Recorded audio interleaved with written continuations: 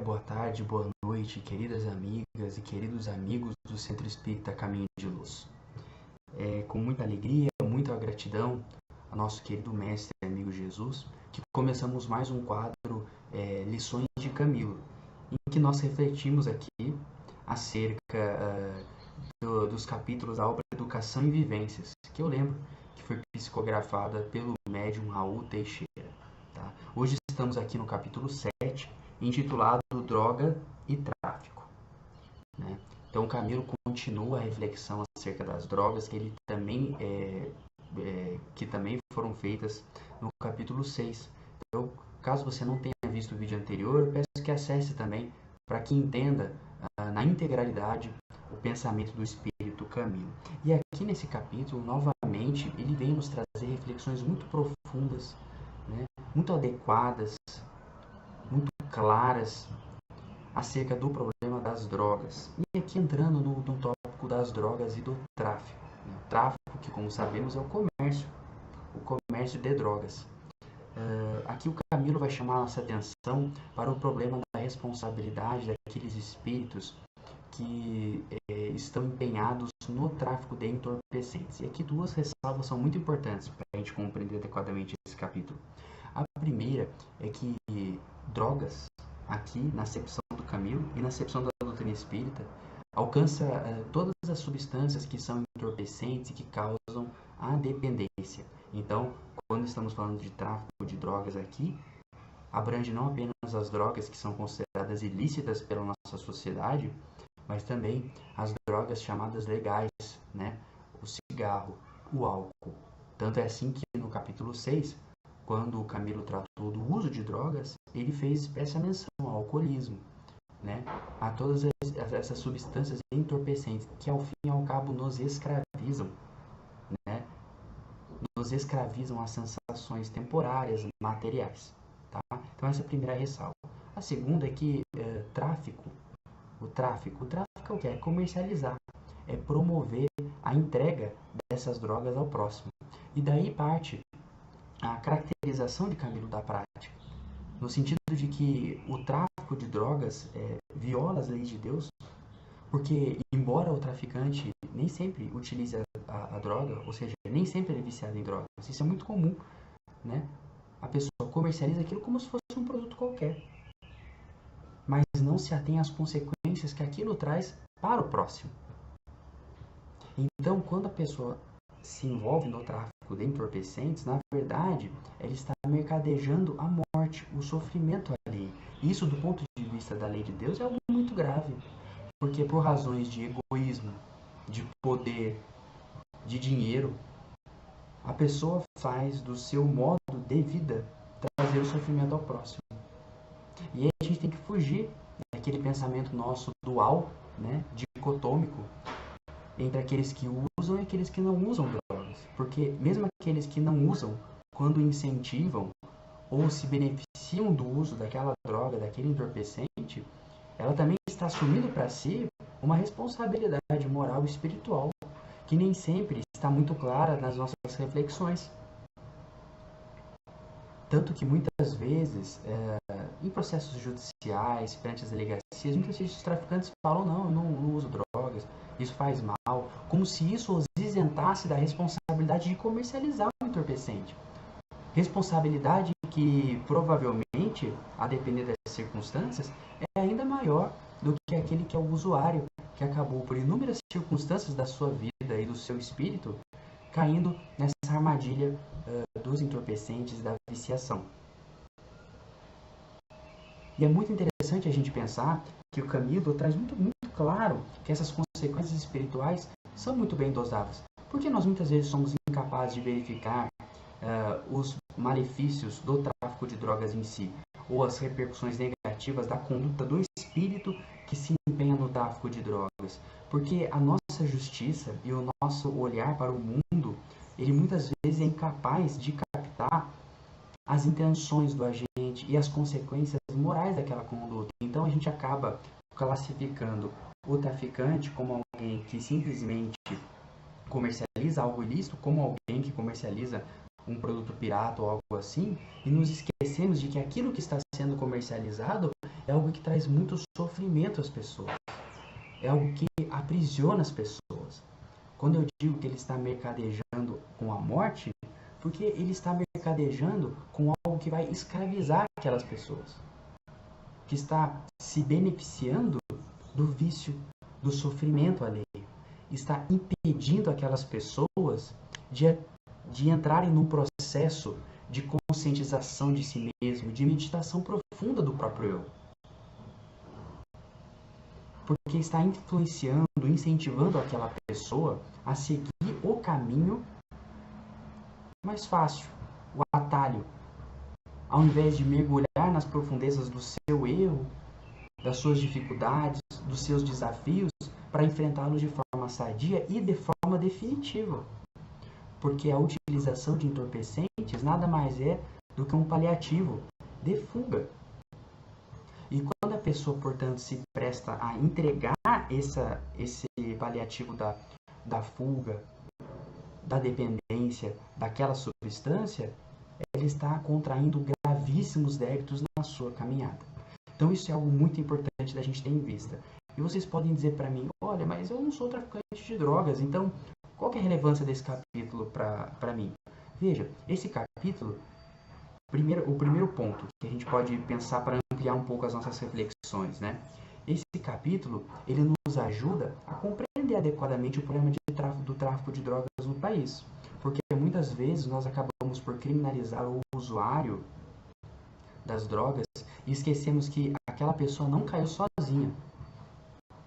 E mais, esquecemos que muitas vezes nós, por questões de convencionalismo social, por questões do politicamente correto, acabamos por nos posicionarmos de forma branda em relação ao comércio de entorpecentes e não de forma firme, contrária a isso, e acabamos justamente por amenizar as consequências daqueles que se beneficiam dos entorpecentes, do tráfico dos entorpecentes. Isso nos impede de ter uma visão mais ampla do problema, que é um problema social, um problema generalizado. Tanto que no capítulo anterior, Camilo começa dizendo que o problema das drogas é um problema aterrorizante. E o é mesmo. E nós temos que enfrentar esse problema em todas as suas facetas. O segundo ponto é que nós temos que pensar que o tráfico de drogas, que é o incentivo ou nós nos transformarmos em veículos de práticas nocivas ao próximo, pode ser uma analogia para outras formas que nós estamos vivenciando hoje no nosso dia a dia e na nossa conduta, em que nós estamos facilitando a queda do próximo. Isso é muito interessante nós observarmos, de fazermos uma reflexão séria sobre o nosso trabalho, a forma como nós nos relacionamos com o próximo, para nós verificarmos se nós não estamos facultando ao nosso próximo a queda. Ou se eu, pelo contrário, estou tentando ajudar o meu próximo a não cair. Isso cabe uma meditação bem interessante da nossa parte, no âmbito profissional, pessoal, familiar, se as condutas que eu estou tendo estão ajudando o meu próximo a cair. Qual é a minha cota de responsabilidade pelo sofrimento alheio? Isso é uma reflexão profunda que nós temos que ter, que vale para todo o âmbito da nossa vida, e não apenas para aqueles que fazem o tráfico de drogas. Por fim, pessoal, para não alongar muito no comentário, evidentemente, como nós fazemos em todos os quadros, eu recomendo a leitura integral do capítulo que nós estamos tratando aqui. Eu gostaria de selecionar 3 pontos aqui, para nós refletirmos, já indo para o encerramento. O primeiro capítulo, porque nós identificamos aqui a chaga inicial do problema do tráfico e de quem se envolve no tráfico de drogas. Veja como a linguagem do Camilo é direta. Dentre os episódios mais execráveis em que se pode chafurdar o indivíduo, estão aqueles em que o egoísmo se projeta com tal fereza que se mostra passível de promover a destruição de pessoas e de instituições respeitáveis apenas para satisfazer os anseios macabros dos seus portadores. Então veja, o egoísmo é a chaga, é a origem, né? Então, por mais atenuantes que se tenha na conduta de cada um, e não cabe a nós julgarmos a conduta do próximo, senão a nossa própria, né? Ali é um problema básico de egoísmo. De eu colocar o meu modo de vida confortável, os meus interesses acima daqueles com quem eu estou mercadejando, comercializando ou disponibilizando essa droga. Tá? O segundo ponto interessante é que o Camilo faz uma distinção que nós somos incapazes de fazer no nosso dia a dia normalmente.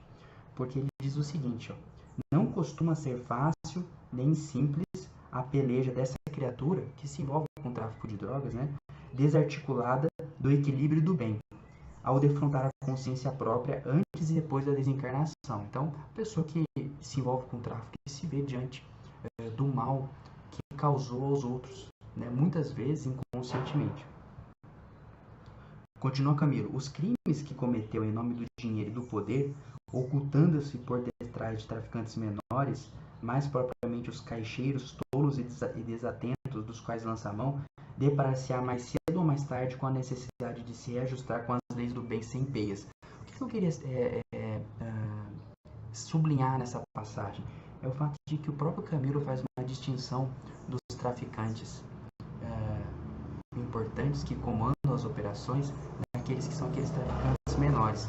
E hoje nós sabemos que nós temos na nossa sociedade inúmeras pessoas que na fachada exercem negócios legítimos, muitas vezes até ocupam cargos públicos, mas que se beneficiam do tráfico de drogas. Isso é muito interessante de nós refletirmos, porque no nosso noticiário do dia a dia, muitas vezes aquelas pessoas que estão sendo amontoadas nos presídios do nosso sistema penitenciário são esses caixeiros tolos e desatentos.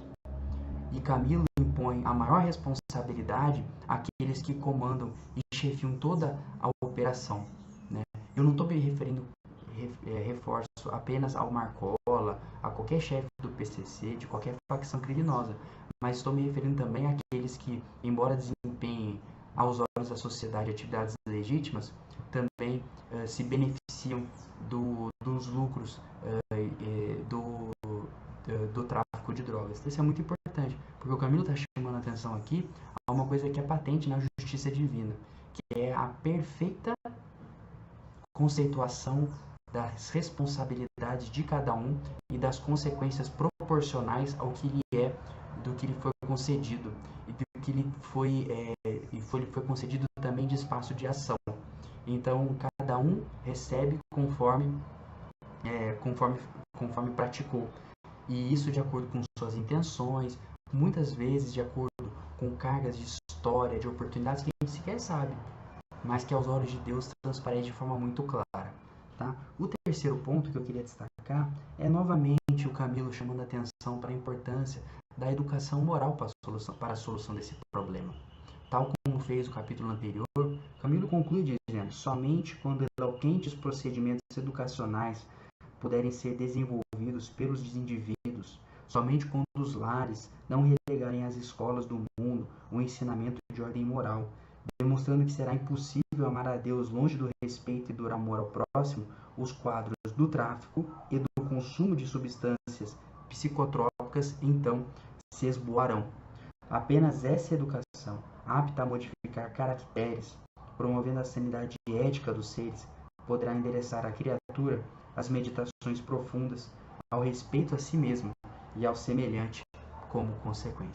Então está aqui Camilo em pleno acordo com os ensinamentos de Allan Kardec, trazendo que aquela educação que transforma caracteres é a chave para a solução dos problemas. E aí porque os ensinamentos do Cristo, por nos proporem a transformação moral, devem estar na base das nossas reflexões sobre o tema. É só nós pensarmos que as drogas, as substâncias entorpecentes nos escravizam, nos aprisionam, a passo que Jesus liberta. Não pode caber ao espírita qualquer dúvida em relação ao caminho que ele tem que optar. Jesus liberta sempre. Os ensinamentos de Jesus são os ensinamentos da liberdade pelo amor ao próximo. Esse é o caminho, essa é a lição de Camilo. Tá bom, meus amigos? Então fica aqui umas breves, singelas reflexões sobre esse capítulo tão eloquente do Espírito do Caminho, sobre um tema que é tão profundo, tão marcante no nosso cotidiano. Agradeço a paciência por terem me acompanhado aqui até o final do vídeo e desejo a todos uma excelente semana. Forte abraço!